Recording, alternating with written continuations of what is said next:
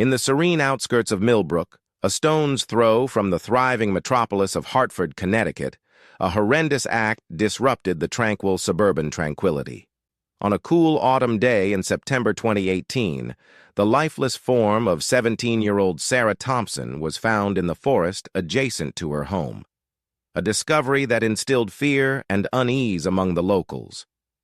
Veteran Detective Michael Carter, an experienced sleuth from the Hartford Police Department, was assigned to spearhead the investigation. Armed with his keen insight and relentless determination, Carter plunged into the labyrinth of falsehoods and duplicity enshrouding Sarah's homicide. Unbeknownst to him, this case would test his beliefs and compel him to grapple with the bleakest facets of humanity. As the inquiry progressed, initial doubts were cast on Sarah's stepmother, Amanda Wilson. Their strained bond was common knowledge among the neighbors, and Amanda's seemingly envious disposition towards her stepdaughter appeared to supply a reason for the crime. However, this seemingly simple case concealed a convoluted narrative of treachery, clandestine affairs, and lethal repercussions. The epicenter of this calamity was Robert Wilson, Sarah's stepfather, a distinguished entrepreneur and a revered figure in the community. Robert presented himself as the mourning paternal figure, offering solace to his spouse amidst their mutual bereavement. Yet, as Detective Carter would soon unveil, Robert's meticulously crafted veneer hid a network of falsehoods that would eventually result in his ruin. This chronicle recounts a homicide that fractured a family, questioned a detective's judgment, and disclosed the catastrophic outcomes of unbridled yearning and disloyalty. It stands as a sobering caution that often the most menacing predators lurk undetected among us, disguised as ordinary citizens in our very own localities. Sarah Thompson, a lively and gifted adolescent, met a heart-rending demise merely weeks shy of her 18th birthday.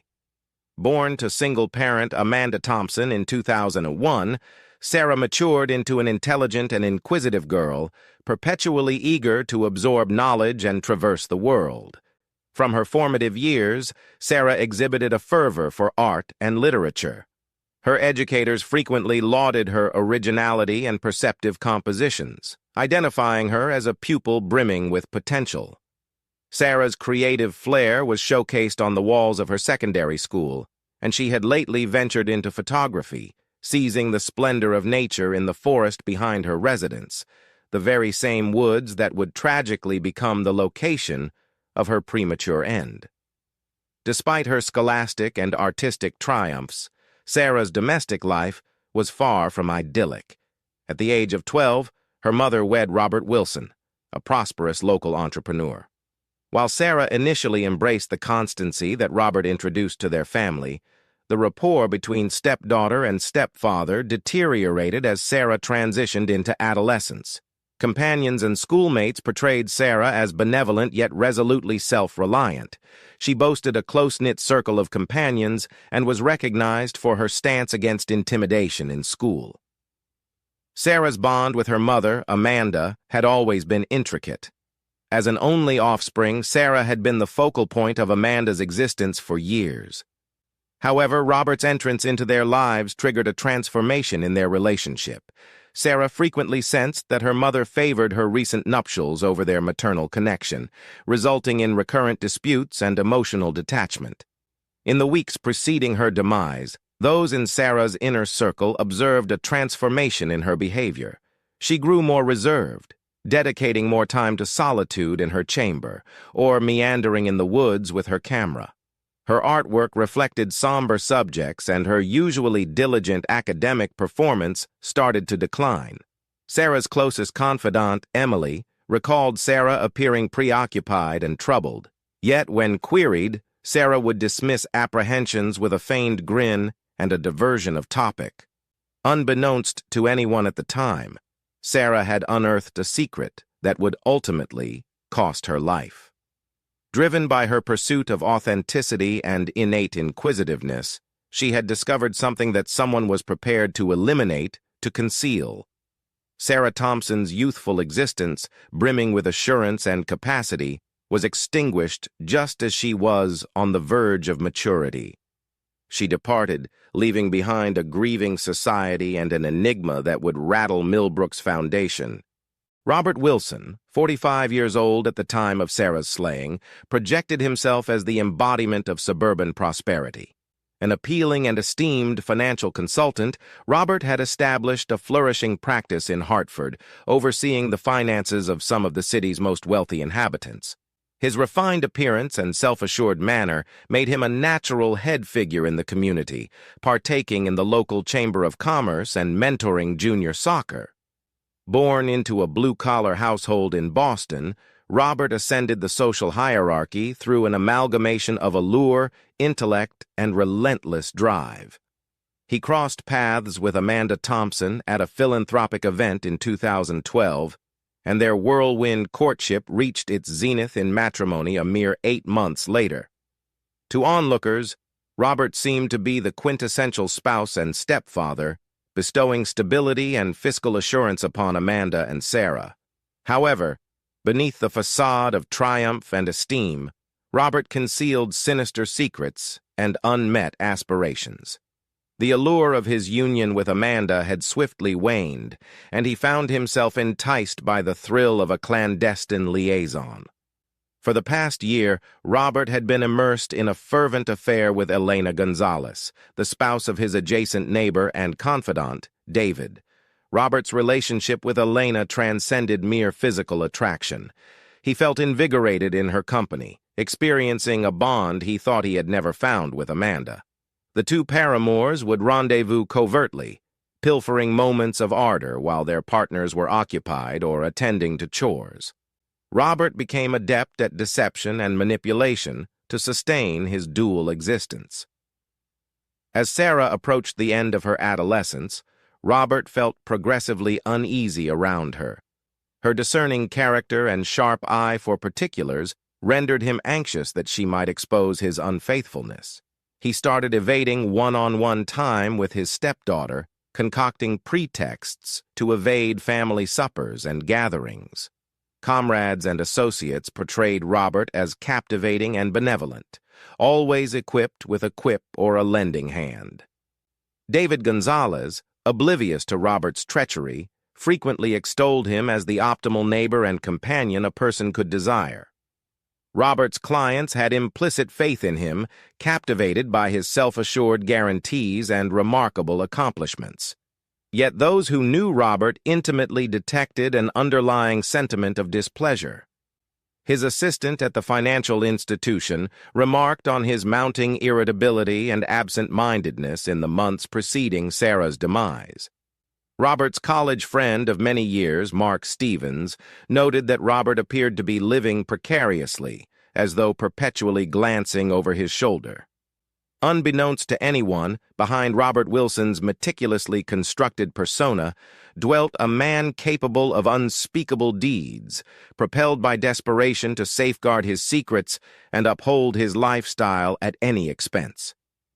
On the morning of September 15, 2018, a chilling discovery was made by a jogger traversing his customary path through the woods adjacent to the Wilson household.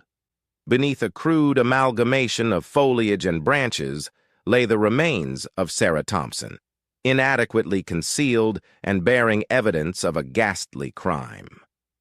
Detective Michael Carter arrived at the scene within an hour. His seasoned gaze absorbed every particular. Indications of a brutal altercation were visible on Sarah's body. Contusions blemished her limbs and visage, and defensive injuries on her hands suggested a frantic struggle for survival.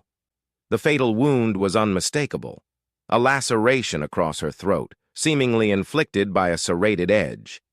As the forensic specialists scoured the vicinity for clues, Carter observed several significant details. Sarah's camera, an essential accessory during her forest explorations according to her acquaintances, was absent. Traces of dragging and disrupted flora implied that the corpse had been relocated from the original crime scene, possibly to evade swift detection. Most revealingly, there were no indications of sexual assault, prompting Carter to infer a personal motive for the homicide rather than a random act. The ferocity of the assault hinted at a crime fueled by emotion, someone acquainted with Sarah and propelled to a moment of uncontrollable wrath. As the news of the murder circulated, the once tranquil Millbrook community succumbed to a state of apprehension and mistrust. Neighbors who had previously neglected to secure their homes now meticulously inspected their safety measures. Parents confined their offspring indoors, and the woods that had once served as a recreational haven became off-limits, demarcated by yellow police tape. Detective Michael Carter, a seasoned investigator with 20 years of service at the Hartford Police Department, assumed control of the inquiry with unwavering resolve. Recognized for his methodical strategy and uncanny knack for discerning links overlooked by others, Carter had resolved some of the department's most perplexing cases. As he positioned himself in the Wilsons' sitting room, examining the family portraits on the mantelpiece, he realized that this case would challenge him like no other. The initial 48 hours of the investigation unfolded in a flurry of activity. Carter and his colleagues conducted preliminary interviews with relatives, companions, and neighbors. Sarah's academic records were inspected, her social media profiles examined, and her actions in the days preceding her demise were meticulously retraced.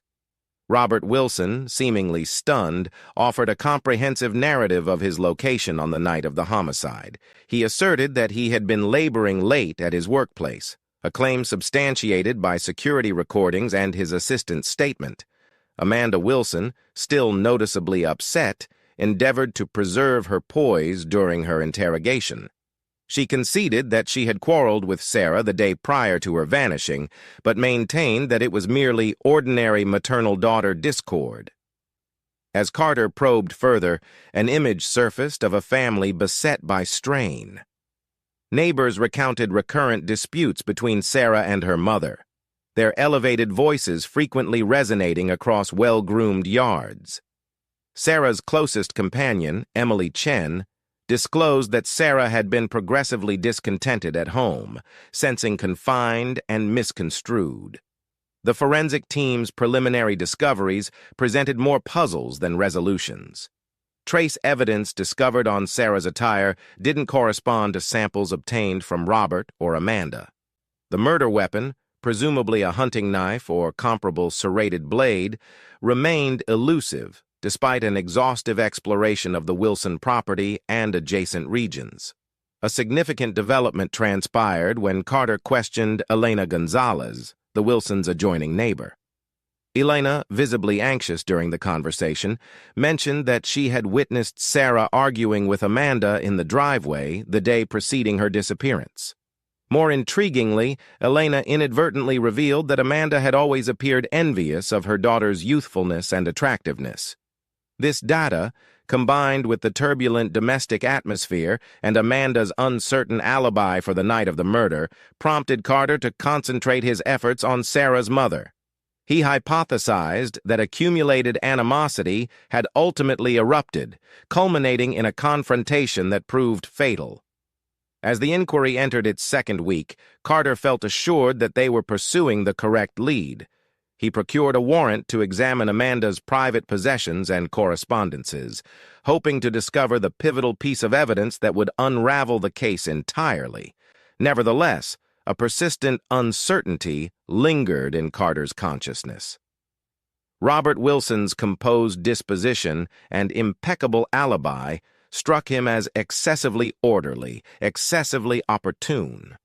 Unbeknownst to Carter, his intuition was guiding him towards a reality far more ominous than he could have conceived. As the inquiry advanced, all indications appeared to implicate Amanda Wilson as the principal suspect in her daughter's homicide. Detective Carter, impelled by the available evidence, commenced constructing a case against the 42-year-old homemaker with a turbulent history. Carter's squad unearthed a sequence of acrimonious text interactions between Amanda and Sarah in the weeks preceding the murder. In one particularly bitter altercation, Amanda accused Sarah of attempting to undermine her marriage, while Sarah retorted, labeling her mother a pitiful, envious elderly woman. These digital morsels seemed to substantiate the notion of a familial relationship that had reached its boiling point. Additional suspicion was aroused by Amanda's conduct following Sarah's demise. Initially devastated, she swiftly became guarded and evasive during interrogations. Her alibi for the night of the murder was feeble. She asserted that she had been at home alone viewing television, with no one to substantiate her account. An examination of the Wilson residence revealed a diary concealed in Amanda's bedside drawer. Entries chronicled her escalating animosity towards Sarah, bemoaning the girl's allure and the consideration she garnered from Robert. One unsettling passage stated, "Occasionally, I yearn for her to vanish. Our existence would be significantly improved without her incessant presence, her critical gaze." The prosecution against Amanda appeared to gain momentum when a neighbor reported witnessing her arrive home in the wee hours of the morning on the day Sarah's corpse was found. Amanda had no justification for this late-night venture, asserting she must have been sleepwalking, a condition she had never referenced before. As the circumstantial evidence accumulated, Carter experienced mounting pressure from his higher-ups and the press to apprehend a suspect. The community, paralyzed by terror, clamored for justice for Sarah. Amanda Wilson, once an object of sympathy, transformed into the object of public animosity and mistrust. Carter, despite his burgeoning conviction of Amanda's culpability, couldn't suppress a persistent reservation. Her despair and trepidation during interrogations didn't coincide with the methodical murderer he believed had perpetrated this crime. Nevertheless, armed with the evidence, he readied himself to make an arrest. On a drizzly Tuesday morning, 3 weeks after the discovery of Sarah's remains, Amanda Wilson was apprehended. As she was escorted from her residence in handcuffs, she vehemently declared her innocence, her pleas reverberating through the astonished neighborhood. Robert Wilson observed from the entrance, his countenance an inscrutable facade, as his spouse was seated in the rear of a police vehicle. Unbeknownst to Carter, in his quest for justice, he had been deceived by a masterfully executed deception, allowing the genuine killer to conceal his traces. The prosecution against Amanda Wilson appeared infallible, but Detective Michael Carter couldn't dispel the sensation that something was awry. It was a minor particular, easily disregarded, that ultimately directed him towards the truth. While scrutinizing security footage from establishments near the Wilson home, Carter noticed Robert's vehicle departing his office parking lot considerably earlier than he had asserted on the night of the murder. Intrigued by this inconsistency, Carter decided to delve deeper into Robert Wilson's existence. He re-interviewed Robert's associates and clients, focusing more closely on the man's actions and connections. It was during a discussion with Robert's assistant that Carter chanced upon a pivotal piece of data. Robert had been making recurrent unexplained visits to a cafe on the opposite side of town, invariably during his lunch hour. Surveillance of the cafe unveiled a shocking revelation. Robert was regularly encountering Elena Gonzalez, his neighbor's wife. The two exhibited a closeness that transcended amicable neighborly relations. Carter had exposed Robert's clandestine affair. Armed with this fresh knowledge, Carter sought another conversation with Elena. When presented with proof of the affair, Elena succumbed to her emotions, divulging the details of her connection with Robert. They had been romantically involved for over a year, seizing opportunities to be together whenever possible. Elena, consumed by remorse, confessed that she had lied in her prior testimony to shield Robert. The affair shed new light on Robert's alibi for the night of the murder. Elena verified that they had indeed rendezvoused that evening, contradicting Robert's assertion of working late. This disclosure demolished the meticulously crafted timeline Robert had offered. As Carter probed deeper into the relationship between Robert and Elena, he discovered a network of falsehoods and clandestine meetings. Bank statements indicated that Robert had recently inquired about transferring substantial funds offshore. Email correspondences suggested plans for a new life together, distant from their spouses and obligations. Detective Carter was now confronted with a distressing query. Could Robert Wilson, the bereaved stepfather, truly be Sarah's murderer? The motive remained unclear, but the flaws in Robert's immaculate facade were starting to emerge. Carter acknowledged that he had been so engrossed in Amanda's case that he had nearly overlooked the genuine narrative unfolding before his eyes. The decisive moment in the investigation originated from an unanticipated source. Sarah's closest companion, Emily Chen, approached Detective Carter with a petite leather-bound journal, Sarah's personal diary. Emily, racked with guilt, admitted that she had initially concealed the diary, fearing it might blemish Sarah's reputation. But as doubt loomed over Amanda, Emily understood that the truth held greater importance than safeguarding her friend's secrets. Carter devoted a sleepless night to examining Sarah's intimate reflections. The diary depicted a vivid image of a young woman contending with a harrowing revelation. In entries dating back several months, Sarah chronicled her escalating suspicion that her stepfather was engaged in an extramarital affair. She recounted observing fleeting glimpses of covert text messages, eavesdropping on muffled phone conversations, and detecting Robert's progressively unpredictable conduct. The most incriminating entry surfaced merely 3 days prior to Sarah's homicide. In tremulous penmanship, she detailed trailing Robert one evening and observing him in a tender embrace with Elena Gonzalez. Sarah expressed her revulsion and deception, wavering about whether to challenge Robert or inform her mother. This disclosure supplied the missing component of the enigma. Sarah had uncovered Robert's infidelity, offering a clear incentive for murder.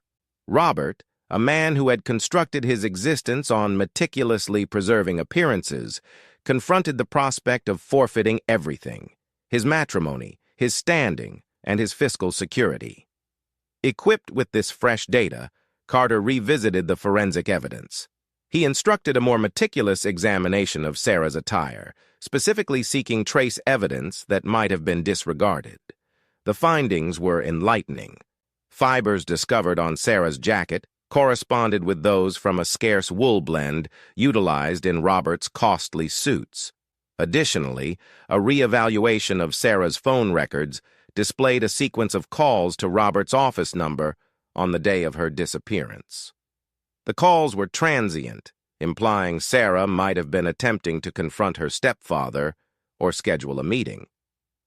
Carter also unearthed that Robert had acquired a hunting knife from a neighborhood sporting goods retailer merely a week before the murder.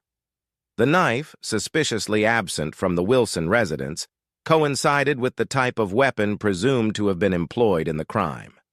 As the components assembled, Carter comprehended the magnitude of Robert's deception. He had not only manipulated his family and society, but had also adroitly diverted the entire investigation towards Amanda. The investigator experienced a blend of admiration for Robert's craftiness and revulsion towards his ruthless actions. With escalating evidence implicating Robert Wilson as the perpetrator, Carter recognized the urgency to act swiftly. The man who had once been esteemed as a pillar of the community was now unveiled as a calculating murderer, prepared to sacrifice his stepdaughter to safeguard his secrets. Detective Carter resolved to confront Robert Wilson at his workplace, distanced from the inquisitive gaze of neighbors and the press that had been encamped outside the Wilson home. As Carter and his colleague entered the lavish surroundings of Robert's financial advisory company, they discovered him amidst a client consultation, the epitome of professional decorum. In a tone scarcely audible, Robert commenced speaking. He recounted Sarah confronting him in the forest, menacing to reveal his affair to Amanda and Elena's spouse. He portrayed the frenzy that seized him, the dread of losing everything he had strived for. With tears cascading down his visage, Robert narrated how he had struck out in despair, permanently muting Sarah. The admission flowed from him, a deluge of remorse and self-revulsion. Robert detailed how he had meticulously devised a scheme to incriminate Amanda, exploiting the recognized discord between stepmother and stepdaughter. As Carter apprehended him, Robert's sole utterances were a fractured entreaty. "Don't disclose to Elena. Please don't let her become aware of what I've committed." The once esteemed individual was escorted from his workplace in handcuffs, his existence disintegrating around him as the reality of his deeds ultimately emerged. Following a 2-week trial and a mere few hours of contemplation, the jury returned with a guilty verdict on all charges, encompassing first-degree murder. The judge, referencing the savage character of the crime and Robert's deliberate endeavors to mislead investigators, condemned him to life imprisonment without the prospect of parole. Justice had been administered, but for those whose lives had been devastated by Robert's actions, the injuries would necessitate considerably more time to mend. Ultimately, the case of Robert Wilson serves as a testament to the tenacity of the human spirit when faced with unbearable loss, the unwavering quest for justice, and the enduring capacity of a young woman's voice, even when hushed, to eventually disclose the truth.